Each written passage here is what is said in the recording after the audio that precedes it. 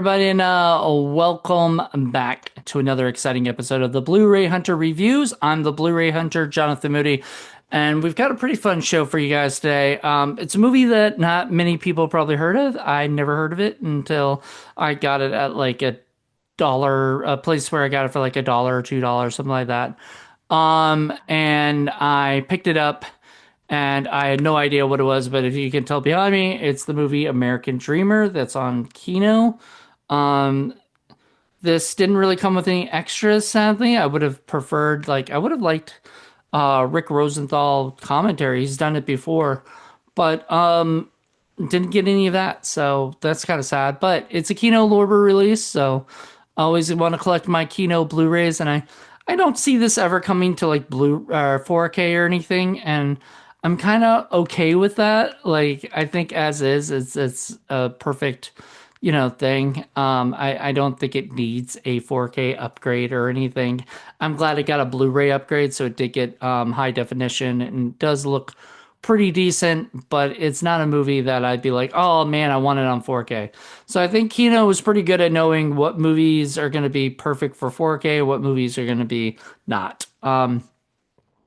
So we're going to be talking about the 1984 film American Dreamer, which was actually number 8 on the box office opening weekend, and sadly did not stay. It lost its money. It was a $10 million budget and only made $5 million.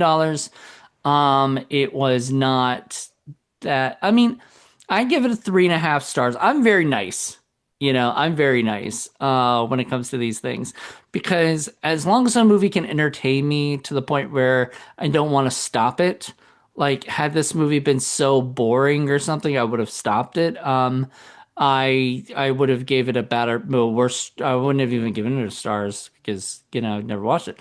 But if I watched the whole thing and I was really really disappointed by the whole thing, I would have gave it a less thing. But all in all, it did exactly what it was supposed to do in 1984, which is kind of take people out of their seats and into a world where they can be, any of Agatha Christie's, mystery people, mystery solvers and stuff. And this was that. It was a character named Rebecca Ryan that Joe Beth Williams's character wrote in for a contest. She won. She got a trip to go to Paris to meet the author, and then her husband didn't want to go. He's very, you can tell there's like a boring relationship with the like there's no, like there's one point he's doing work in his bed and he'd rather do that than make love to his wife. Like it gets to that point where she, I think, knows it's over. Um it's got a crazy cast, by the way. It had the kid that played Prince Eric in not Aladdin, good God, Little Mermaid in it, and he was this like apparently he was 16 years old, but sounded like much older, more mature. And this kid would play like the young, like the junior of his dad or whatever. And I was just like, oh my goodness, this is crazy. He did a good job, but I mean, everybody did a fantastic job except I think Tom Conti was kind of boring, kind of bland.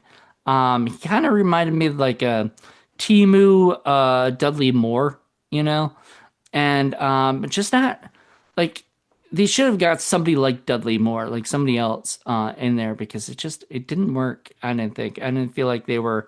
I didn't feel any chemistry between them.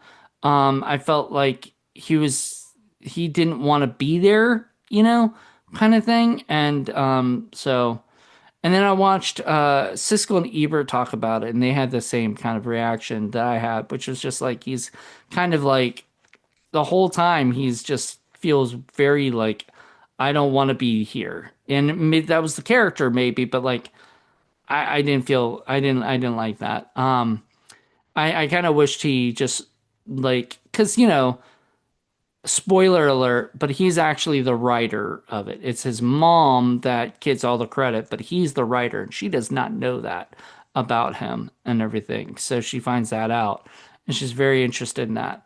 So he's actually the real writer of Rebecca Ryan, and that is incredible. I mean, he's absolutely, I guess, kind of guy that she wants, but he's still very milk toast. The husband is more milk toast, but has more. I don't know. I like him a little better, you know. Even though he's very much nerdy and he wants to do his work. He doesn't want to leave work for a week, because there's too much to be done. Maybe we can plan a trip for 3 to 4 years away and everything like that. I don't know. Honestly, he was he was not my favorite. But Jill Beth Williams does an incredible job. I really liked her and some of the side characters and people and the guy they keep coming after. And just after a while, kind of feel sad for the guy until you realize he's the villain. So anyway, I highly recommend this movie. Not really. I don't highly recommend it, but I do say like if you pick it up for like $1 or $2, it's definitely worth it to keep in your Kino Lorber collection. But it's not something I'm gonna be like running to see all the time. I mean, I got kind of bored after a while, and I wanted more action. I think that's the problem is they only had, I guess, the $10 million, which to me that's a lot of money for back in the 1984, and so they should have been able to do more like spy stuff and things, but they didn't. And I don't know how much getting the shots of the Eiffel Tower or anything like that. Um, I don't know how much that cost them, but out of the $10 million, but they didn't seem like they put a lot of money into it. That I feel like they could have put a lot more action into it, and they could have been more of a suspense thriller. And I mean, I almost felt like, where is this? Like, how is this happening? Like, how's all of this stuff really happening? Like, what? You know? And I got very confused. Like when she woke up as the character that she liked writing, like all of a sudden she became that person and she got all this money. And I'm like, what is going on? It got very confusing.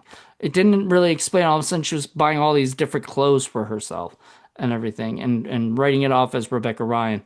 And then she came in and I don't know. But I do agree. Like, would I give it a thumbs down? I probably want to give it a thumbs down. Like maybe a thumb sideways, or I would suggest this if you are interested in 1984 Kino Lorber releases. But like I said, it's a bare bones release with only like trailers from like Desperately Seeking Susan and Modern Girls and stuff like that. So it really wasn't. It didn't even have a trailer from this movie, which was really weird. Like at least put that movie on the trailer.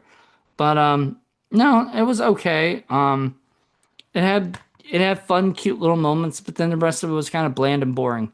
And then after a while, like I guarantee you, like in a year, I'll look back at it and see this movie and go, did I watch this movie or not? Because I'll just totally forget about it. It's just not something that I think is going to stick with me. And you know what? If you liked it, let me know if it's one of your kind of favorite movies. I mean, I could see this being somebody's favorite kind of cute little movie that they found, but not mine. So, anyway, that's it. Hope you guys enjoyed this, and I'll be back next week with a brand new episode. Until then, everybody, bye.